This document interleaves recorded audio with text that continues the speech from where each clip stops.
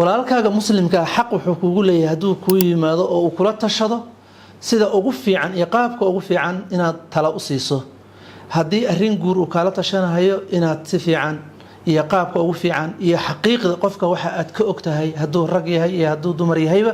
inaad siiso qofka kalena waxa laga doonayaa marka taladii la siiyay inuusan u bedelin qof walba inuusan uga sheekeynin taladii la siiyay asaga